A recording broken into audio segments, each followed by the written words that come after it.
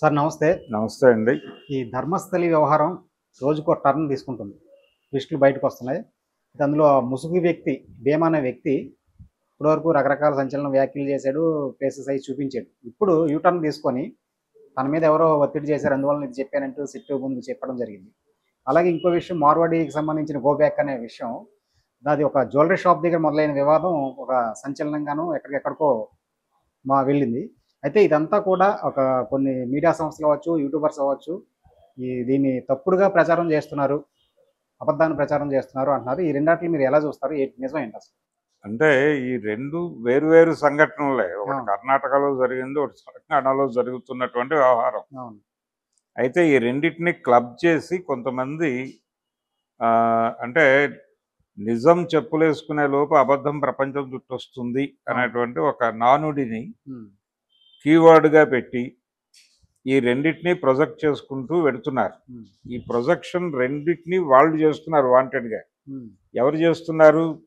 ఎవరైతే హిందుత్వ ఐడియాలజీతో ఫోకస్ అయి ఉన్నారో, ఎవరైతే హిందుత్వనే మా ఊపిరి అని చెప్పుకుంటున్నారో, హిందూ మతం ప్రమాదంలో ఉంది అని బలంగా మాట్లాడుతున్నారో వాళ్ళు ఈ ప్రమోషన్ కార్యక్రమంలో యాక్టివ్గా ఉండటం కనిపిస్తుంది మనకి. సోషల్ మీడియాలో అది ట్విట్టర్ కావచ్చు, ఫేస్బుక్ కావచ్చు, మరొక వేదిక కావచ్చు, ఆ వేదిక మీద ఈ రెండింటినీ కలిపి వాళ్ళు ప్రమోట్ చేస్తూ ఈ 2 విషయాల్లో కూడా దుర్మార్గమే జరుగుతోంది, దుర్మార్గమైనటువంటి ఆర్గ్యుమెంట్లే జరుగుతున్నాయి, ధర్మస్థలలో జరుగుతున్నవన్నీ దారుణాలని ఇష్టం వచ్చినట్టు మాట్లాడేస్తున్నారు. అది ఒక రకంగా ఈ దేశంలో హిందూ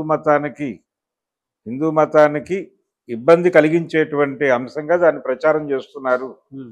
హిందూ మతం తాలూకా గౌరవానికి భంగకరమైనటువంటి వ్యాఖ్యలు ధర్మస్థల నేపథ్యంలో విశృంఖలంగా చేసేస్తున్నారు అనే పెయిన్ కనిపిస్తుంది. అలాగే ఈ గోబ్యాక్ మార్వాడి అనేటువంటి కార్యక్రమం ఎవరైతే ఈ హిందుత్వ భావజాలాన్ని ప్రచారం చేస్తున్నారో వాళ్ళకి ఇబ్బందికరంగా మారింది. అంటే ఈ గోబ్యాక్ మార్వాడి అనేటువంటి నినాదం ఇస్తున్న వాళ్ళందరూ కూడా అంటే ఆల్రెడీ మార్వాడీలు చేస్తున్నటువంటి కేవలం వాళ్ళని ఏదో మత ప్రాతిపదిక మీద వెళ్ళిపోమని అడగటం లేదు. రెండోది వాళ్ళకి హిందువులకి ఏమిటి లింక్ అనే విషయంలో కూడా గందరగోళం ఉంది. అంటే వాళ్ళు జైన మతస్థులు, చాలా స్పష్టంగా వాళ్ళు జైన ఆలయాల్లోకి వెళ్ళి వాళ్ళ ప్రార్థనలు వాళ్ళు విడిగా చేసుకుంటారు. వాళ్ళ టెంపుల్ వేరు, వాళ్ళ గొడవ వేరు, దాన్ని హిందుత్వగా చూపిస్తున్నారు. కానీ హిందూ మతం నుంచి అదొక శాఖ. బౌద్ధం వేరు, జైనం వేరు, అవి 2 ప్రత్యేకమైన ఎంటిటీలుగా ఉన్నాయి ఇక్కడ. అయితే బుద్ధుడిని వీళ్ళు తీసుకొచ్చి దశావతారాల్లో కలిపేసి ఒక నేరేటివ్ని కల్పించారు. ఇందులో భాగంగానే వీళ్ళని కూడా కలిపేసుకునే ప్రయత్నం, కలపటం ద్వారా ఈ కలపటం అనే ప్రోగ్రామే ఒక స్కీమ్లో భాగంగా జరిగి ఇప్పుడు నిజానికి జైనం నుంచి హైందవానికి ఒక ప్రమాదం ఉంది అని మాట్లాడలేని పరిస్థితిని కల్పించేశారు. ఈ కల్పించిన వాళ్ళందరూ కలిసి ఇప్పుడు మార్వాడీలను కాపాడేటువంటి ప్రయత్నం చేస్తున్నారు. మార్వాడీ వివాదం అనేది ఒక చిన్న జ్యువెలరీ షాప్ దగ్గర జరిగినటువంటి, ఒక వెహికల్ దగ్గర జరిగినటువంటి వ్యవహారం. ఆ షాపు యజమాని అభిషేక్ అతని పేరు అనుకుంటాను, ఈ రాజు అనే అతని మీద దాడి జరిగినట్టుగా మొదలైంది. అది మొదలైన తర్వాత దానిలోకి చాలా మంది ఎంటర్ అయ్యారు. వాళ్ళు తక్కువ కులస్తుడని మాట్లాడారు అనేది మొదలైంది. అంటే కులపరమైనటువంటి అణచివేత విధానాలతో వాళ్ళ రాజుని నిందించటము, అలాగే ఒక యాదవ సోదరుడి మీద కూడా ఆ రకమైన దాడి జరగటం, ఈ రెండింటిని మిక్స్ చేసి గోబ్యాక్ మార్వాడి అనేటువంటి నినాదానికి అది ప్రాతిపదికగా చెప్తున్నారు. కానీ నిజానికి మార్వాడీల మీద, అలాగే భారతీయ జనతా పార్టీ నాయకత్వం మీద ప్రజలలో ఒక వ్యతిరేకత పోగుపడుతోంది క్రమంగా. ఈ పోగుపడుతున్నటువంటి వ్యతిరేకత తాలూకా ప్రభావం వలన ఇది రైజ్ అయింది, మంట అందుకుంది. అంటే కట్టె పుల్లలు బాగా ఎండి ఉన్న తర్వాత ఎంత చిన్న ఆరిపోయిన అగ్గిపుల్ల పడినా కానీ మంట రాజుకునే ఛాన్స్ ఉన్నట్టు ఇక్కడ కూడా అదే పరిస్థితి. అందుకని గోబ్యాక్ మార్వాడి అనేటువంటి స్లోగన్ ఈ సంఘటనతో ఫ్లేరప్ అయిందని ఎవరు అనుకోవడం లేదు. అది కాకపోతే ఇదొక అగ్గిపుల్ల, ఆరిపోయిన అగ్గిపుల్లగానే చూద్దాం. ఇప్పుడు ఆ రాజుని పట్టుకొచ్చి ఇది పర్సనల్ అఫైర్ మాత్రమే అని మాట్లాడించే ప్రయత్నం చేస్తున్నారు. అలాగే 2000 దొరికితే చాలు, తెలంగాణలో ఎవరికైనా 2000 వస్తే చాలు, రోజుకు తాగి పంటారు అని చెప్పి ఒక పెద్ద మనిషి మాట్లాడాడు. అది ఇంకొంచెం మంట రాజేసింది. ఓకే. అంటే లోకల్స్ మీద వాళ్ళకున్నటువంటి, వాళ్ళు ప్రచారం చేస్తున్నటువంటి నెగిటివ్ ప్రోపగాండా ఎంత దారుణంగా ఉంది. పైగా ఈ భూమి మీద నిలబడి ఈ భూమి పుత్రుల్ని తాగి పంటారు అన్న పద్ధతిలో మాట్లాడటం అనేది కొంచెం ఎక్కువ ప్రచారానికి నోచుకుంది. అది బలంగా జనంలోకి, అంటే మార్వాడీల జులుంని జనంలోకి తీసుకెళ్ళడానికి అది చాలా ఉపయోగపడింది కల్చరల్గా. అలాగే వాళ్ళు రకరకాల పద్ధతుల్లో సెలబ్రేషన్స్లో, ఇప్పుడు బోనాలకి వాళ్ళు వ్యతిరేకం, వాళ్ళు ఇంకేదో చేస్తారు. దసరాలకు దాండియాని ప్రాధాన్యం చేశారు వాళ్ళు, బోనాలకు ప్యారలల్గా. ఇలాంటి రకరకాలుగా వాళ్ళు ఇక్కడ ఉన్నటువంటి కల్చర్ని రీప్లేస్ చేయడానికి కూడా ప్రయత్నం చేస్తున్నారు అనేది కూడా ఈ వేడిలో జరిగినటువంటి ప్రచారం. ఇవన్నీ ఆల్రెడీ ఉన్నాయి, చాలా మందికి చిరాకులు కోపాలు ఉన్నాయి మనసుల్లో. అవన్నీ కూడా ఈ జ్యువెలరీ షాప్ వివాదంతో బయటకు వచ్చినాయి, బరస్ట్ అయినాయి.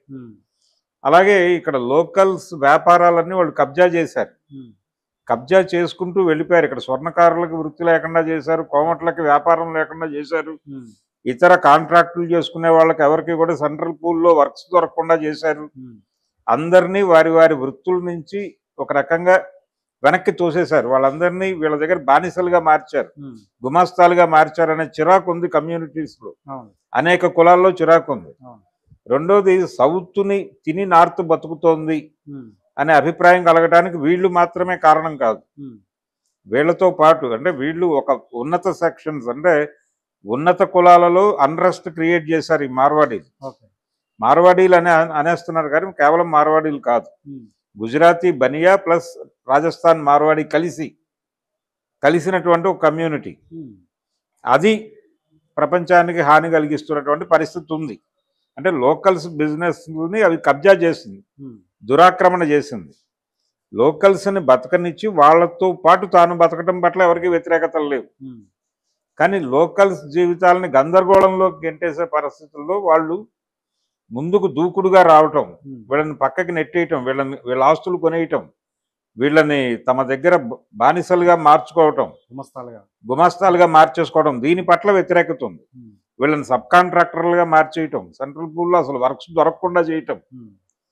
పెద్ద పెద్ద కంపెనీలు ఒకప్పుడు విపరీతంగా వార్తల్లో నానినటువంటి నవయుగ కావచ్చు, అలాగే అక్కడ ఖమ్మం నుంచి నామావారి కంపెనీ కావచ్చు, ఇవేవి కూడా ఇప్పుడు చర్చల్లో లేవు. ఎక్కడ గాయత్రి ప్రాజెక్ట్స్ కానీ ఇవేవి చర్చల్లో లేవు. ఈ చర్చల్లో లేకుండా చేసింది వీళ్ళే. అందుకని వీళ్ళ మీద అనేక కమ్యూనిటీస్లో వ్యతిరేకతలు ఉన్నాయి. దానికి తోడు కూలీ రేట్లు పెరగకుండా వలసలు వచ్చేస్తున్నారు నార్త్ ఇండియా నుంచి విపరీతంగా. ఈ వలసల మీద చిరాకు ఉంది జనాల్లో. ఇవన్నీ కలగలిసి మార్వాడి వ్యతిరేక నినాదం ఎప్పుడైతే ఒకళ్ళు మాట్లాడారో, దానికి ఆల్రెడీ ఎండి ఉన్నటువంటి పొలాలన్నీ కూడా ఆ మంటను చూసి అట్రాక్ట్ అయి మండుతున్నాయి. ఈ అభిప్రాయాలన్నిటికీ మార్కెట్ వచ్చింది ఇప్పుడు, అందుకని అది మండుతోంది. ధర్మస్థలకి సంబంధించిన గొడవేమో అది. ధర్మస్థలకి సంబంధించి అది ఎలా కంట్రోల్ చేయాలి. నిజానికి వెరీ ఫస్ట్ డే ఆ విమర్శ మొదలైన రోజు అతను వెళ్ళి కన్ఫెసివ్ స్టేట్మెంట్ ఇచ్చాడు. అతనేమి ప్రకటన చేశాడని రాస్తున్నారు ఇప్పుడు పేపర్లో. అతను పోలీసుల దగ్గరికి వెళ్ళి ఫిర్యాదు చేయలే, పేపర్లో వాళ్ళు రాసినట్టుగా అతను పోలీస్ స్టేషన్కి వెళ్ళి ఫిర్యాదు చేయలే, కన్ఫెషన్ స్టేట్మెంట్ ఇచ్చాడు. నేర అంగీకార వాంగ్మూలము అంటారు దాని తెలుగులో. నేను నేరం చేశాను, నేను రిటైర్మెంట్ లైఫ్ గడుపుతుంటే నాకు నిద్ర రావడం లేదు, ఇవన్నీ గుర్తొచ్చి అందుకని కన్ఫెస్ అయ్యి నా మనసును కడుక్కుందామని వచ్చానని మాట్లాడాడు అతను వెరీ ఫస్ట్ డే. ఇది బరస్ట్ అయిన రోజు అతను ఇచ్చిన ప్రకటన అది.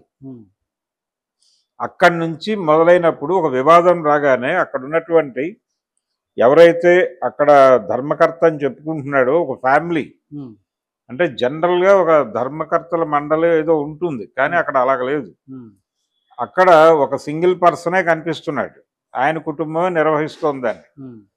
అంటే వీళ్ళని క్షేత్రపాలకులు అంటారు. ఆ క్షేత్రపాలక పాత్రలో ఒక భారతీయ జనతా పార్టీ రాజ్యసభ సభ్యుడు ఉన్నాడు అక్కడ.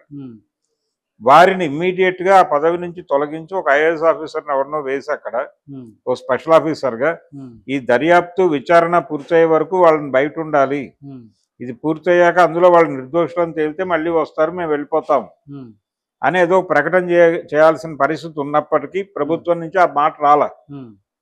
ఇది చాలా మంది డిమాండ్ చేసినా కానీ ఎవరు పట్టించుకోలేదు. ఆయనే కొనసాగాడు. ఆయన నాయకత్వంలోనే మీడియా మీద ఆంక్షలు పెట్టారు, మీడియా మీద కోర్టుల్లో కేసులు వేశారు. మీడియా మీద కేసులు వేయటానికి సుప్రీంకోర్టు కూడా తప్పుపట్టినటువంటి పరిస్థితి.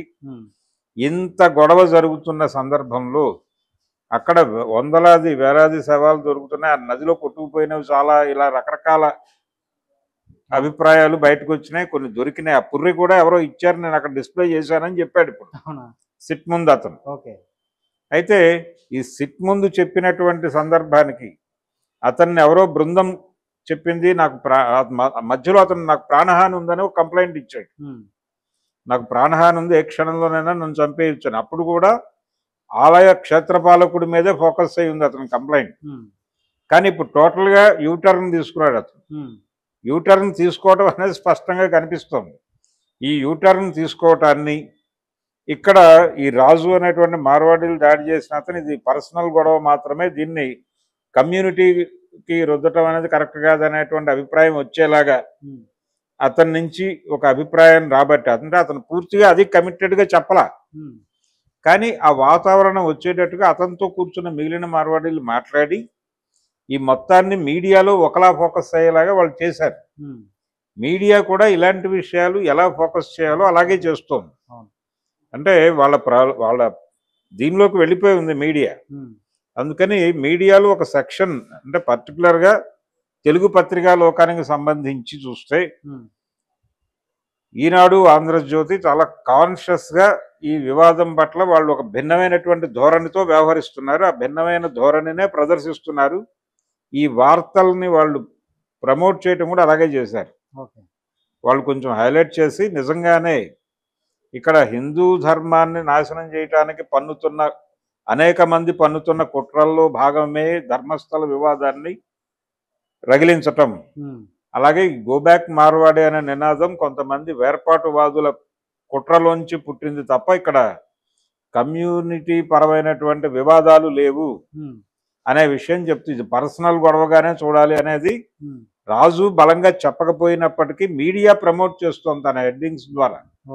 ఈ ప్రోగ్రామ్స్ కొన్ని తీసుకుని, అంటే కూటమి తాలూకా భావజాలం, ఎన్డీఏ కూటమి, ఎన్డీఏ అంటే కేంద్రంలో అధికారంలో ఉన్న ఎన్డీఏ, దాని ఇన్ఫ్లుయెన్స్ గురైపోయినటువంటి లోకల్ మీడియా కూడా వాళ్ళు రాజకీయ పార్టీలని కొనేసి దొడ్లో కట్టేస్తున్నారు, మీడియాని కొనేసి దొడ్లో కట్టేశారు. ఆ కట్టేశారు అంటానికి ఉదాహరణలో ఈ రెండు వార్తల్ని ప్రమోట్ చేయటం, కలిపి ప్రమోట్ చేయటం, కలిపి జనం బుర్రలోకి తీసుకెళ్ళటం. ఇది చూస్తే అర్థమవుతుంది జాతీయ స్థాయిలో జరుగుతున్న కుట్ర ఏంటి అనేది. నార్త్ ఇండియా, సౌత్ ఇండియాని ఎలా చావగొడుతోంది అనడానికి ఈ రెండింటిని కలిపి ప్రచారం చేస్తున్న విధానం చూస్తే అర్థమవుతుంది. అందుకని దీని పట్ల, ఈ జరుగుతున్న ప్రచారం పట్ల అప్రమత్తంగా ఉండి జనాలు దీన్ని ఎదుర్కోవాల్సిన అవసరం ఉంది. రాజు స్పష్టంగా ఆ మాట చెప్పలేదు, దాడి జరిగింది చెప్పాడు, చేసింది ఎవరో చెప్పారు. ఇదే మొదటి నుంచి జరుగుతున్నది. దాని వెనకాల రకరకాల కారణాల వల్ల అది మంట రాజుకుంది. ధర్మస్థల విషయంలో అతను యూటర్న్ తీసుకోవడం వెనకాల ఎవరున్నారో దర్యాప్తు చేయాలి. ముందు అసలు అక్కడ క్షేత్రపాలకుడిని తప్పించి ఒక ఐఏఎస్ ఆఫీసర్ని వేసి నిష్పక్షపాతంగా దర్యాప్తు జరిగేటువంటి వాతావరణం కల్పించాలి. ఇవి లేకుండా ఏదో చెప్పాం, మేము అనుకున్న పద్ధతిలో జనం అభిప్రాయాలను మేమే డ్రైవ్ చేస్తాం, ప్రజల బుర్రల్లో అభిప్రాయాలను మేమే పొదుగుతాం అన్న పద్ధతిలో వార్తలు రాస్తే మాత్రం అది ఖచ్చితంగా భావ ప్రకటన స్వేచ్ఛకి సంబంధించినటువంటి గొడవగానే చూడాల్సి వస్తుంది.